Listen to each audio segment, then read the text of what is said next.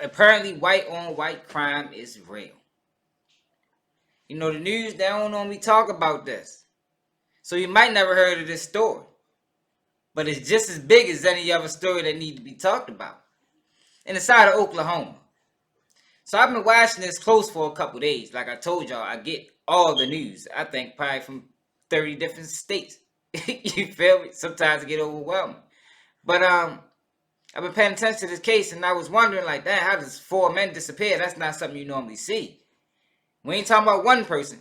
We ain't talking about 2. We talking about 4 at the same time. So I'm like, damn, what was the grizzly bear attack or something? Like, how does that happen? Because for one, I'm a firm believer in men don't disappear. They either left or something bad happened. But men don't disappear. That's just the reality of it. You can hate it or love it, but the proof is in the pudding. But that was the story. That was the narrative. And it didn't gain a lot of traction, but the family spoke out. And the news covered it. So this is what happened in the beginning. Men in Okmulgee are pleading with them to either come home or anyone who knows anything to contact police tonight. Thanks so much for joining us. I'm Shay Razi. And I'm Sarah Whaley. We've been telling you about this story for the last 24 hours now. These men have now been missing, police say, for about 3 days. They haven't been heard from in about 3 days. So yeah, since Sunday. We are so glad you're with us tonight. Let's go ahead and get out to Fox 23's Amy Hybels. She is live in Okmulgee for us tonight. She has Okmulgee Police Chief Joe Prentice with her. Amy. That's right. Joe Prentice joins us live. He's kind enough to talk with us. They just wrapped up their search. Where are you at in this investigation? What did you find out here today at the salvage yard?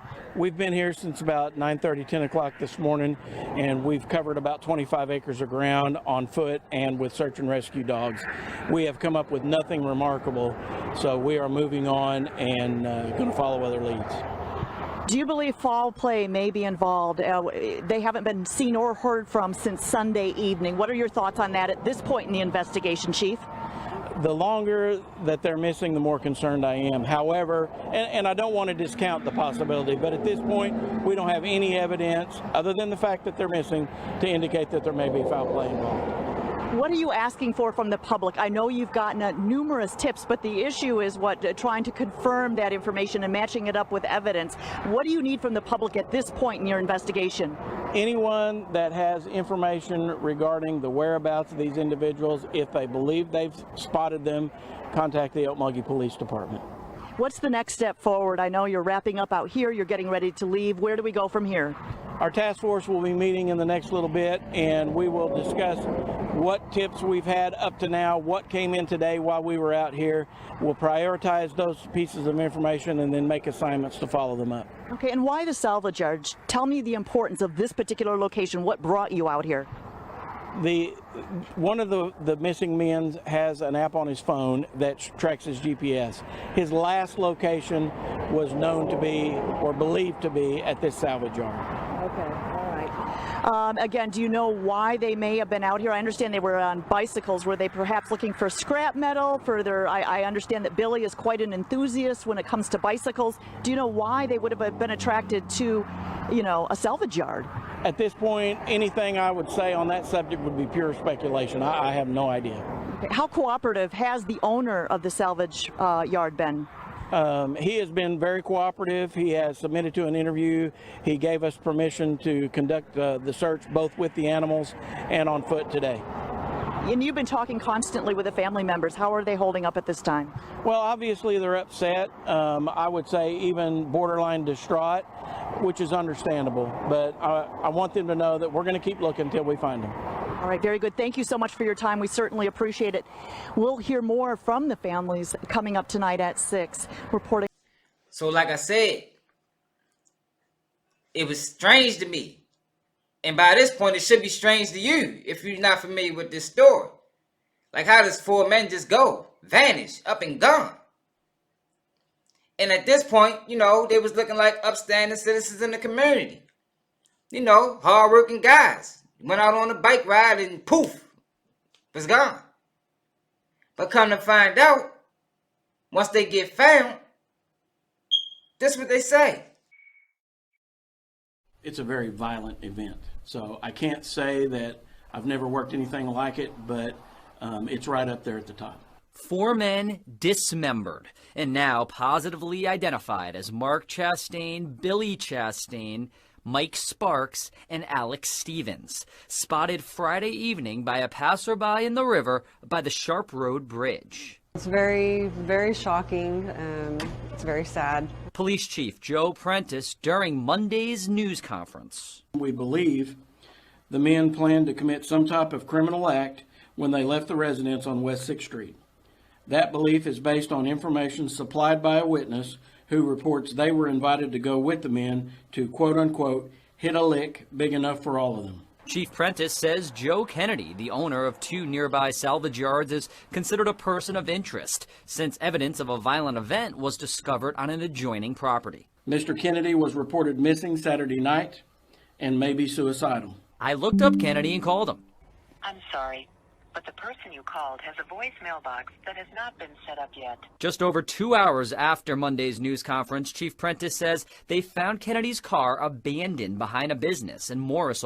So it's bad enough that they was found dead, all 4 of them in the river, with gunshot wounds, but they was also dismembered?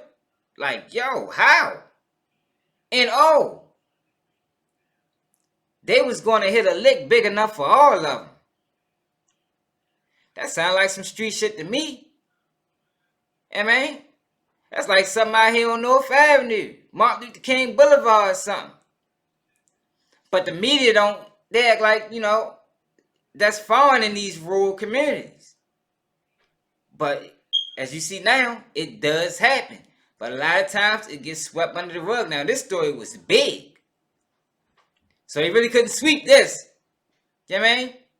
But if you haven't heard of it, then let you know they're doing a good job of tucking it. Because this should be world news. I'm talking about everywhere. Every social media site need to be posting it. Because this is not something you normally see. 4 men found in a river, shot and dismembered. So that was earlier today or yesterday. Then we find out they got a person of interest. We knew that they would get him quickly because they've been on it, but we're glad that they got him off the streets if that's who did it. The person of interest who Okmulgee police have been looking for in connection with the murder and dismemberment of 4 missing men is now sitting in jail in Florida. Police there arrested Joe Kennedy, you see right there, in a stolen vehicle this morning. I'm Sarah Whaley, glad you're with us tonight. She has the night off. We've brought you extensive coverage of this story for more than a week now. In tonight's continuing coverage, Fox 23's Amy Hybels is live from the Okmulgee police station with the very latest there. Amy. Well, Sarah, this afternoon I had the chance to speak with the director of the Daytona Beach Shores Public Safety Department about the arrest, about how that unfolded down in Florida. Now, he tells us that the 67-year-old was arrested without incident and that it will now be up to the Okmulgee Police Department to determine what happens next. And I tell you what, here in Okmulgee, the small town that we've spent the last 2 days talking with folks, it did not take long for news to spread of his arrest. Yeah, I'm surprised they got him that fast, and maybe a person of interest, but when you steal a vehicle and go hiding, that's not a very good sign. Joe Kennedy, the person of interest Okmulgee Police Chief Joe Prentice said investigators were wanting to talk with again, is now behind bars in Florida. He was arrested Tuesday morning driving a stolen Toyota Tundra pickup truck out of Colton, Oklahoma, which is just south of Okmulgee. He was stopped by police in Daytona Beach Shores, Florida. She was alerted by our in-vehicle license plate readers that one of the vehicles that had passed was stolen out of Oklahoma. She caught up with the vehicle, made a traffic stop, and identified Mr. Kennedy as the driver and only occupant of the vehicle. Michael Fowler, director of the Daytona Beach Shores Department of Public Safety, says Joe Kennedy is facing charges of grand theft of a motor vehicle. And due to the circumstances surrounding his arrest, he's being held without bond at the Volusia County Branch Jail. Following his arrest in Florida, we stopped by Kennedy's published address in Okmulgee. A distraught family member answered the door and declined to comment. Kennedy is considered a person of interest in the murder and dismemberment of the 4 Okmulgee men who went missing a week ago Sunday. Brothers Mark and Billy Chastain and their friends Mike Sparks and Alex Stevens. News of the arrest spread quickly in Okmulgee. Well, we knew that they would get him quickly because they've been on it, but we're glad that they got him off the streets if that's who did it.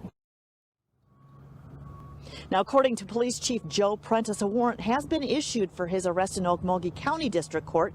This is on a case that dates back to 2012. Now, Kennedy is a convicted felon who is currently serving a 10-year deferred sentence for assault and battery with a dangerous weapon. According to court documents that we were able to get a hold of, the documents show that this case involved the shooting of individuals who were burglarizing his property, in which one man was injured. Now, I did speak with the Okmulgee County Sheriff this afternoon. He says they're going to have to wait to see if Kennedy decides whether or not to waive extradition. And we will keep you updated, obviously, on the very latest on this case.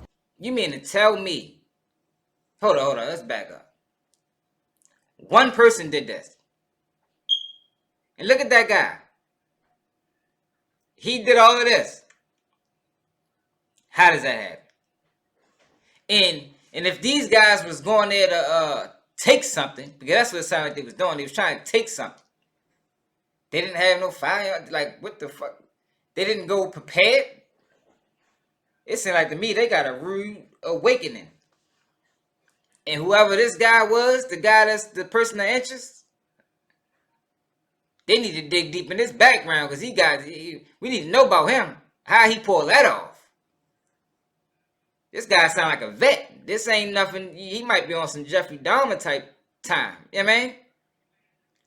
This ain't just no regular guy to kill 4 people and then get rid of their body. How you get rid of 4 bodies? Like, how long did that take? It's a sad situation though, man. To get real with it.